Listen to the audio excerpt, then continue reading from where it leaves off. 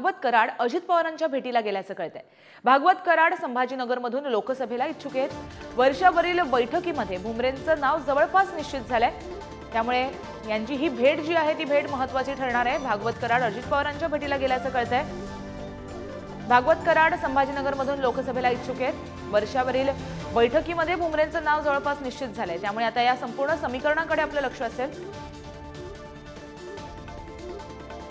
केंद्रीय राज्यमंत्री भागवत कराड हे अजित पवारांच्या भेटीला गेल्याचं कळतंय।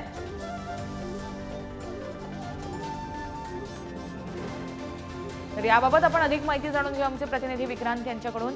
विक्रांत, भागवत कराड आणि अजित पवार यांच्यामध्ये भेट होणार आहे, ते भेटीला गेल्याचं कळतंय। नेमकी राजकीय समीकरणं यापुढे कशी असतील?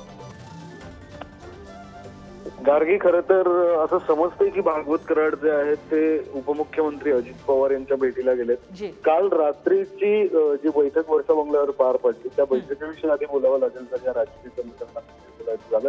काल रात्री वर्षा खरं तर संजय शिरसाट उपस्थित होते, एकनाथ उपस्थित आणि उपमुख्यमंत्री देवेंद्र फडणवीस उपस्थित होते। आज सकाळपासून वृत्त जे समोर येतं या बैठकांसंदर्भातलं ते असं समोर येतंय की या बैठकीमध्ये संदीपान भुमरे यांचं जी संभाजीनगरची लोकसभेची जागा आहे त्या जागेसाठी नाव हे जवळपास महायुतीकडून निश्चित झाल्याची माहिती मिळते। अशा प्रकारचं वृत्त आज सकाळपासूनच समोर येते आणि त्यानंतर भागवत कराड यांनी अजित पवार यांची भेट घेणं हे राजकीय समीकरणाच्या दृष्टीने सांगायचं झालं तर अर्थातच संभाजीनगर लोकसभा मतदारसंघावर आपला असलेला दावा सांगण्यासाठी म्हणून भागवत कराड यांनी अजित पवारांची भेट घेतली असं आत्ताच्या या घडीला म्हणावं लागेल।